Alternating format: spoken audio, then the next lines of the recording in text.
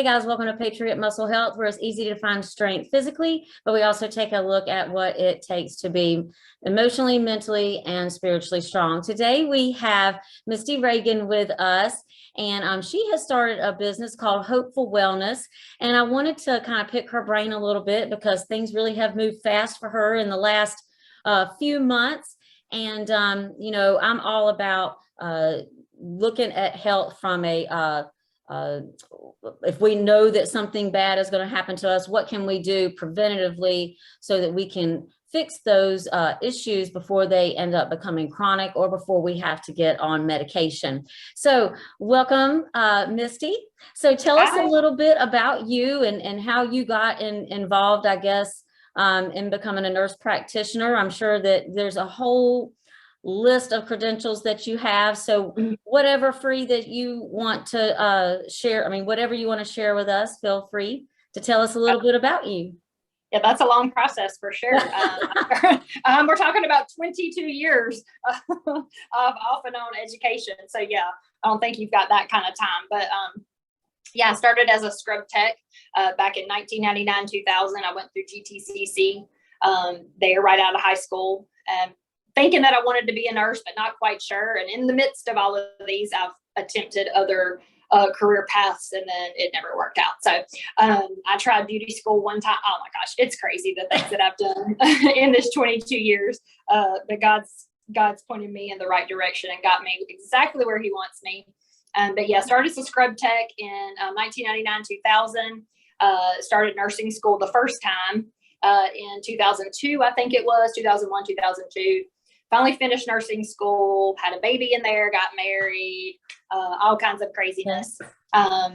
Finally finished nursing school in 2008, and then thought I wanted to do hospital management,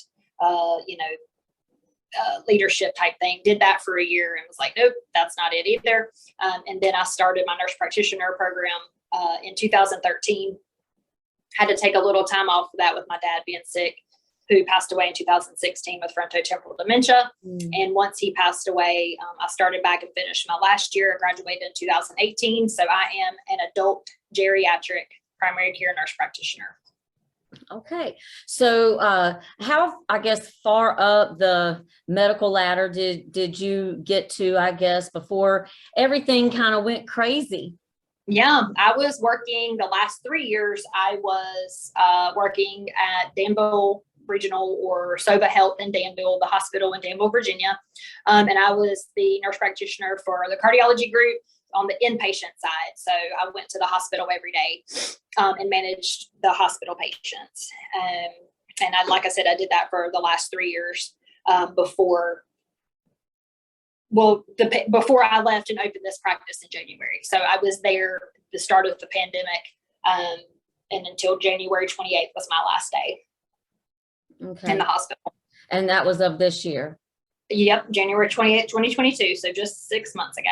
Okay. So tell us about what you're doing now. So you do have 2 locations? Or I am now in 3 locations. Okay. So tell us a little bit about why you decided to step out on your own, and maybe some different things that you're doing in your clinics that maybe you couldn't be able to provide by working for somebody. Yeah, well, I am certainly in the different providing alternative services. So, you know, unfortunately, when the pandemic hit, a lot of providers were, you know, not seeing patients in the office. I mean, even cardiology wise, you know, my providers were doing a lot of telehealth, and I thought, well, how do you see your how do you see your heart patient and listen to, you know, do these things, you know, telehealth? And we could really see the decline in the care being provided, you know, during that time, unfortunately. So there are people who, you know, didn't get the appropriate care because of the fear of being sick. And I know in the beginning, a lot of us, you know, were, you know, not quite sure what to expect, what to think, you know, but, you know, as time went on, I realized, okay, people are really getting neglected, you know, health is being neglected. you're not able to call your doctor when you're sick and get an appointment. They're like, oh, no, we can do a telehealth visit, or, we can do, you can come through, the drive-through line and get a COVID test. And, but then they would tell you had COVID, and then they would send you home and, just say, drink plenty of water and take Tylenol and don't go to the hospital unless you're sick or unless you can't breathe. And then about 7 days later, sure enough, these people would show back up in the hospital emergency room because they couldn't breathe. And that's because, they were basically not managed. They weren't taken care of. And we know now that, early treatment has definitely been a lifesaver for a lot of people. And so I was seeing these things happen, play out in front of me. That's why I tell, patients, or whenever I, talk about COVID, the horror stories that you hear of patients coming to the hospital and being putting on ventilators and blah, blah, blah, blah, blah. Those horror stories are true. I mean, that's exactly what happened. They would come in, they would be put on either a ventilator or, high flow oxygen or whatever it was. Their families were not able to stay with them. They would be sent to ICU, and they would basically be in a room by themselves. And they would, 4 or 5 days later, a week later, they would die. And of course, family could not be with them. And I could not continue to participate. Once we, became more aware of what was really going on, how the virus was working, and things we could do to prevent the severe disease, I knew I had to provide that service to people. And it wasn't just COVID. We have over, time realized that some of the traditional medical therapies it's not necessarily for health. You know what I mean? It's, so yeah, I definitely am more of a holistic, looking at the whole picture, each person as a whole. We don't follow, this protocol per se for everybody. Everybody's individualized. Every patient has their own issues, and we're all different. So how I function in my practice is I sit down with each patient. I give each patient a 90-minute at the minimum. Some do go over, and that's okay. But a 90-minute time slot where we sit down and discuss your health history, all of the things that you would do at a normal appointment. Of course, you would never get 90 minutes in your regular doctor's office. But yeah, I sit down and talk about their health. And then at the end of the appointment, I basically go through and I ask, okay, we've talked a lot about your health. But what is, number one in your brain, or whatever it is for your health, the number one thing that your health goal, I want to know their health goals and what I can do to help you. It may be weight loss, it may be increased energy, it may be, whatever their, main thing is, how I can help them. And we discuss a plan and establish that plan for them. And that's basically how it works. So, I do check labs. I can order tests. I can do all of those things that your regular primary care would do, but more on a holistic, natural type way. Yes, I can prescribe medications. I can do those things, but it's not come in here, let's look at your labs and here's your script and I'll see you next year. Okay. So you said you have 3 locations. So where are these locations? Yeah, so this is my Asheboro office I'm at today. I'm at 529 South Church Street. Okay. In Asheboro, North Carolina. I'm right down from the table. So don't come see me on Mondays because the table's closed. But the table's a little restaurant right up the street. It's a wonderful farm to table little mom and pops. It's delicious. Their food is awesome. They have the coffee, they sell all that stuff. So, and a lot of people want to schedule their appointments when they can go and eat there, which I get. It's great. So I'm here in Asheboro. That's the original office. I opened this physical location on January 2nd of this year. And then I opened the Danville location. I feel like it was February-ish that I finally got that up and going. So I am still in Danville, Virginia. That's a slow going process. The Danville area is a little bit different. But I am there at my address there. I think it's 503. I'd have to look it up. Okay. No, 530. 530 Main Street, Danville, Virginia. I'm in suite 305, so up on the 3rd floor. So I'm right downtown. Okay. 530 Main Street, suite 305, Danville, Virginia. So I'm there. And then I'm also now with Healing Hands Chiropractic. I'm also offering my IV infusions there. Well, all locations.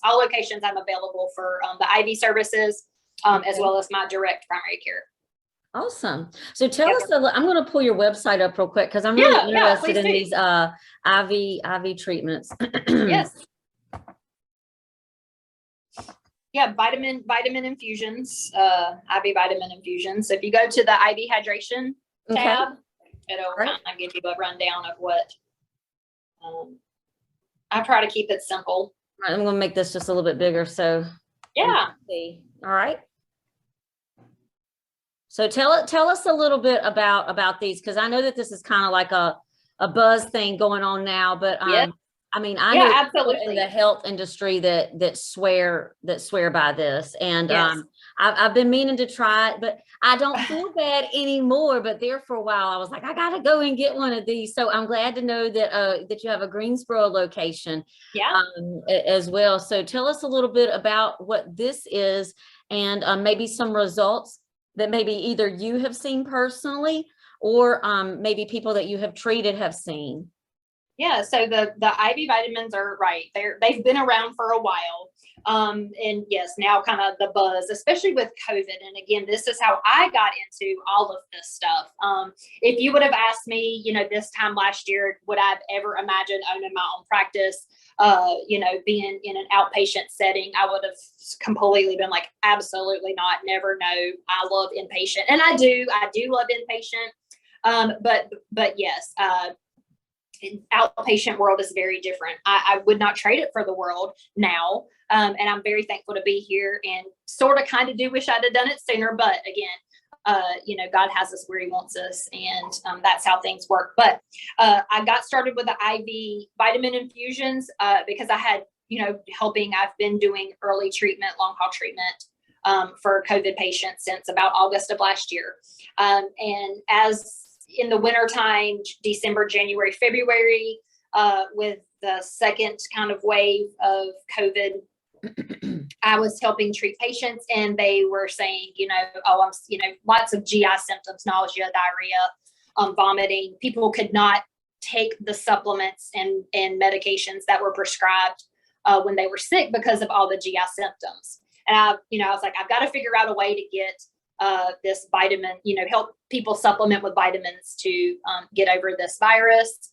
And I reached out to another lady who was already doing them. She did help a couple of my patients at the time, and while I was getting set up. So the IV route, obviously, if you give it directly IV access, it bypasses digestion, so you don't have to swallow it and all the absorption and all the things that go along with that. Maybe you get some of it, maybe you don't, depending on how you took it, when you took it, if you're feeling well or not, how well absorption goes. But the IV route is 100% absorption, so you're going to get everything that you're going to absorb 100% of it, and it goes directly into the vein. So yes, an IV is required. That's why it says that on the website. Yep, there an IV is required to get the infusion. So it's an IV. So do these last a week? Do they last a month? Do they last until the person gets to a certain feeling? Right. So these are for the most part water soluble vitamins. So they're not going to last that long. Each person is specific in how long they're going to notice the results, especially if someone who is acutely sick, they may not notice it for as long due to the fact that their body's needing more nutrients at the time. Are there any symptoms? I mean, do people feel better right away, or do people feel worse initially and then they feel better? Well, it does depend. I've never had anyone tell me that they felt worse before they felt better. It can happen, especially sometimes with the glutathione, that you may have a little bit of fatigue the day after, but then the next day you improve. I've never had any of that experience, or none that someone has reported to me. No one has contacted me like, oh, I really feel bad now, but but I do sometimes mention that, especially with the glutathione, that it is a possibility. You may have some fatigue after the infusion initially. but then that should, go away, within 24 hours or so.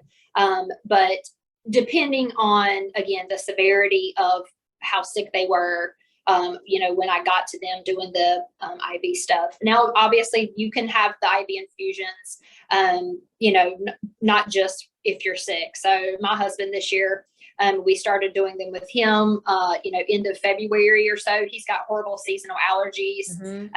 Springtime is usually his worst. So we started doing the Myers infusions for him end of February, and I did them every couple of weeks through about probably all of March and into April.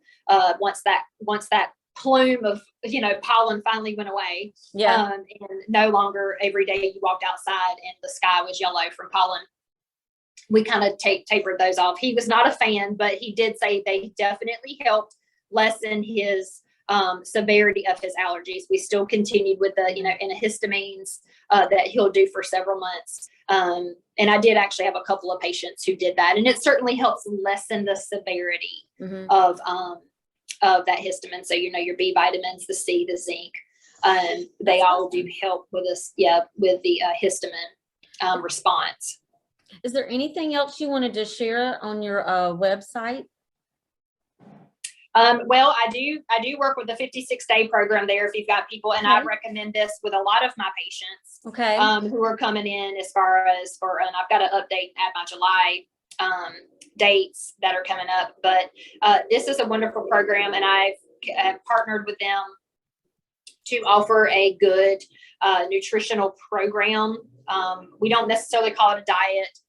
It is not that. It is more of a lifestyle. It teaches you. It gives you the knowledge of things to avoid in foods. I mean, let's just be honest. Americans, unfortunately, the majority of us are lazy and don't really, we don't take the time. And these companies know that.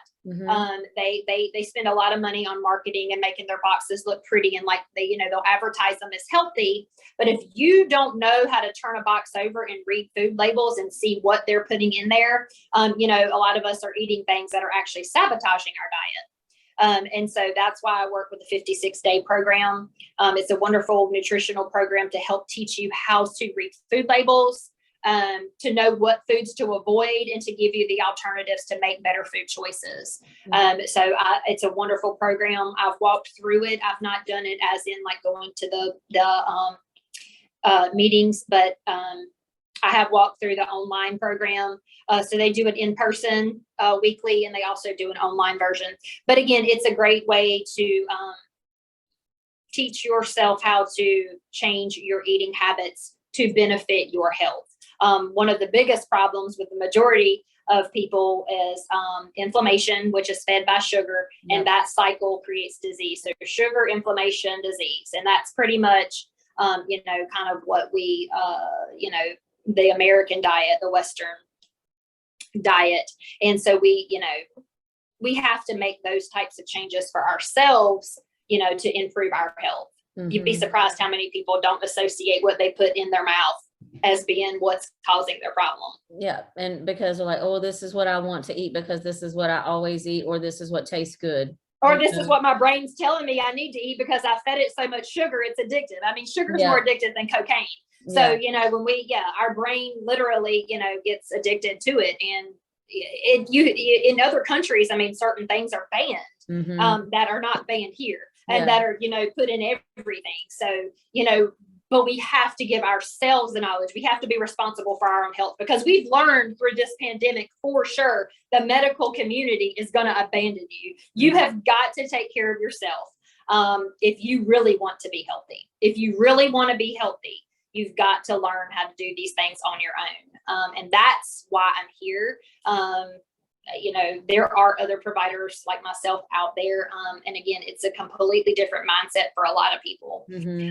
I'm helping other nurse practitioners specifically across the state, part of my NC Physician for Freedom group. A lot of us are coming out of, the traditional medical system because we see the need of our patients. And we know that we've got to provide alternatives. Well, I know that it was a leap of faith to do what you did, especially when you're going from making, this salary that's Yeah. comfortable to Yeah. going out on my own and starting at zero or Yeah. in debt because you're Oh, it was zero. out Exactly. buildings, Yes, ma'am. So No, God's been, how is business for you? Are things picking up? Oh yeah. Yes. God is good.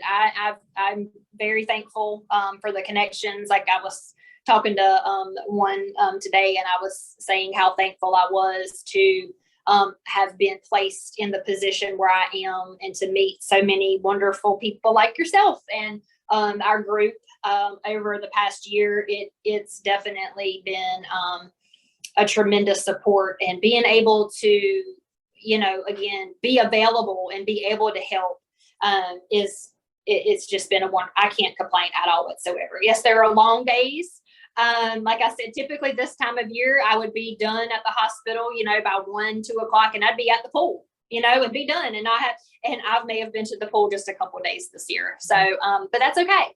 I would much rather be serving the Lord and making sure people are getting things that they need. And if I can't provide it, because again, I'm a nurse practitioner, I am limited in what I can do.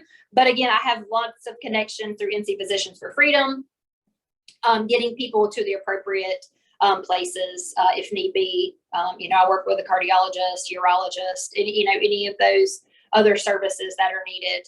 We've got a network, and we're working together to help take care of people the way it should be going.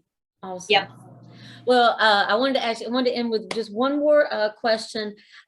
Having gone back to school as an adult myself, and not just going straight through school, it is very hard to have personal responsibilities and working while also going to school. So you mentioned something about, and you had a baby in there. So did you, when you were in school, so tell me, I guess, a little bit about, it just bumps in the road. It's not necessarily that, okay, well, I can't go down this path, I have to do this one, but I guess you had a baby, and then you said you had to take care of a parent. My dad, that's actually, anyway, I didn't know how you can kind of attest to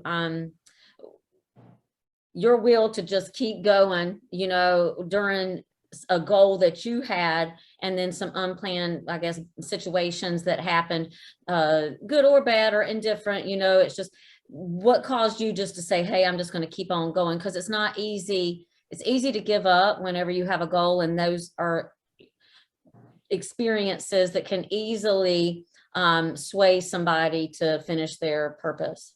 Oh, absolutely. Yeah. I mean, it was just something that, I went on when I was a junior in high school, the church I was going to at that time, our youth group went to St. Jude Children's Hospital and did like a vacation Bible school type program for a whole week. We went down there, and it was more for the children, the families, like the children of the child who was the cancer patient. St. Jude is an amazing place and huge. And, they had Ronald McDonald House, and they had all these houses around, and the families would come to visit and see if the child was well enough. Every once in a while, one of the children would come. But for the most part, we did this for the families and the children of the sick child. And so we did this little vacation Bible school thing. And at being there, it was like kind of what, I guess, that call on my heart to be in healthcare.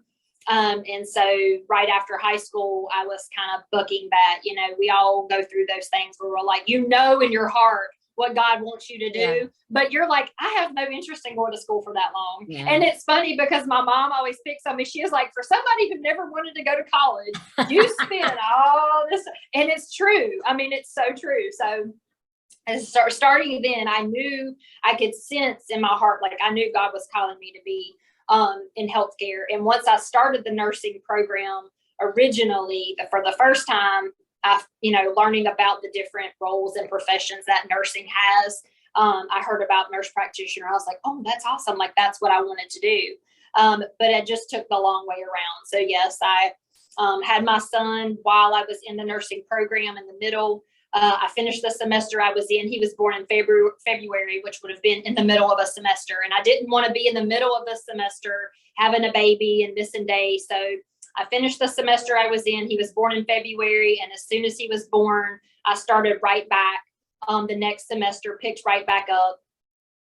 And then ended up, like I said, it took me a little while to graduate. He was born in 2004. I ended up going on and doing my bachelor's, finished in 2008. Took me a little while. Slowly but surely, still working full time, doing all those things. But it was a decision that, my husband and I made together. I was like, okay, either I wait till he starts kindergarten and go back to school, or, I go ahead and do it while he doesn't remember. He's not going to remember me being gone. And praise the Lord, I had a wonderful family. My sister was there, basically raised my son, for the first 5 years. So I was able to do those things. So I did that, and then finished nursing school. The next year, my daughter was born in 2009. And she was probably 5 months old or so. And I started back doing classes again. So pretty much all of my children's life, all they know is mom being in school. But I think they'll figure it out. And my son is definitely exhibiting a lot of that work ethic now as he's 18 and graduated and doing his own thing. He definitely gets that hard work. He saw that and realized that, that is how you get somewhere. Nobody's going to do it for you. And they shouldn't. That's not ever what I wanted my kids to understand. So it took a lot of dedication, but I also went the wrong way every once in a while too. Like I said, I would be like, oh yeah, maybe I wanted to do this and not that. And then I would always come back, so yeah, it's just one of those things where I could feel God, like, yes, that's, I'm supposed to be doing something else. This is not, how you just get that feeling like, that doesn't work. And you're supposed to be somewhere else. Well, you're such an inspiration. I look at some of my students that I have at GTCC, and I know that they have jobs and they have family commitments and they're going to school, and I know that it's difficult. I've worked a full-time job and a part-time job for all that I've ever known, and then to be doing what I'm doing with the campaign and to start the YouTube channel, but I also know what it's like to do all those two things and then be in school. So it's difficult, but if you have a determination and a will to succeed, then you will. Yes, absolutely. And if you think that your life has lack and that you don't have the resources available, then you won't have those resources available, but, just for you to reach out and say, hey, thank goodness, I had an awesome sister that helped me out, and my husband, he was there, just making sure that we always, just stay in that positive mindset where we're like, I do have the resources available. I am going to make it through this. This is what I'm supposed to be doing. God equips the called. That's right. He sure does. And one day at a time, because, people, that's what they'd always ask me, like, how do you do such and such and such and such and such and such? And I'm like, well, I just don't look at it that way. Like, I just don't, when you look at it from that side of it, when you're like, well, I've got this and this and this and this to do, you get overwhelmed before you've even started. One day at a time. I made myself a sticky note this morning because I was on this meeting the other night, and the very top one was joy and love and something else. But as it spiraled down, it was like you still had all these positive things, but once it went down to the downward spiral, the top was boredom, and like one of the next ones was overwhelmed. And I think that what happens with me sometimes is I'm bored, and it's like, instead of maybe just being in the present moment, what do I need to do? I go to making myself a whole list of things that I need to do, and I get overwhelmed. And so I made myself a list, and I said, God, you know what's on my list of things to do. And, I put me where I need to be. I will have the resources available to me. I will have the time available to me. I will have all these things. I will have abundance, in my life. And you have to look at it from that moment, because if you're like, oh my God, I'm so busy and I don't have the time, because it's easy for you to get into that mindset. Absolutely. Our perspective really and truly does change our affect, like how we are, you know what I mean? Like if you are constantly telling yourself, well, I've got 10,000 things to do, then you're going to be focusing on those 10,000 things to do, where, just sit down, prioritize your sit. Of course, that's probably my type A nurse personality. I'm a very checkboxy. Yeah. And I literally, that's why I said I live on Post-it notes. Like they're all, that's how I live. This is my spiral of Post-it notes. So yes, I have a million Post-it notes everywhere, and I need a secretary. You do. I thought I needed an assistant, but I'm not running 3 businesses. Well, luckily it's one business, 3 locations, but it does get overwhelming some days. Yeah. But you know, God has provided, he has gone before us. And if I do see, and I feel like if this was not where I was supposed to be, things would not be how they are and have fallen into place. How, I mean, it literally has been, in my flesh, when I get those moments of hesitancy, especially as soon as I left the hospital and like, okay, that less salary, you know, my last paycheck from my salaried job came. And of course, you know, Seth had changed his job in November just before I left and, you know, took a pretty significant pay cut. So we're both like, oh my gosh, what in the world? But there was never a question in either of our minds what we had to do, because we are under a completely different commandment. And that commandment is to love and to serve. And God has taken care of everything else. So you can't get caught up in the worldly concerns like, oh, how am I going to pay this? And I'm not saying you don't think about that and you don't make smarter decisions. I'm saying that you don't do everything and question everything in your worldly view. You know what I mean? Like, you can't look at everything from a worldview perspective, like, oh, well, how am I gonna, you know, no, you follow the call, and God's gonna take care of all of those other details, because that's who he is, and that's what he's already done all that. He tells us that, you know what I mean? Like, the birds don't have to worry about, you know, what they're gonna eat and what they're gonna wear, because it's already taken care of, and they know that. So we have to trust and have faith, and those 2 things alone are certainly what have gotten me through and to where I'm at. I just continue to depend on him. His grace and mercy are new every single day. And when my eyes open, all right, Lord, here we go. What are we doing? And it's been a journey, and I'm very thankful again for, you know, you and our group and the people who have been placed in my path. I'm telling you, he's doing some amazing things, and he's putting us together, and he's, you know, he's working those things out, and we may not can see it, but he, you know, he's got a plan, and it's always going to be greater than anything we can ever do on our own. And that's the mindset we have to have. Thank you so much for telling us about your Hopeful Wellness business. And guys, if you are interested in making an appointment with her, I have her information in the description, and you'll also see it on the timeline listed below. Thank you so much for also your testimony, and you have a great day. Thank you, friend. I'll see you soon. All right, bye-bye. Bye.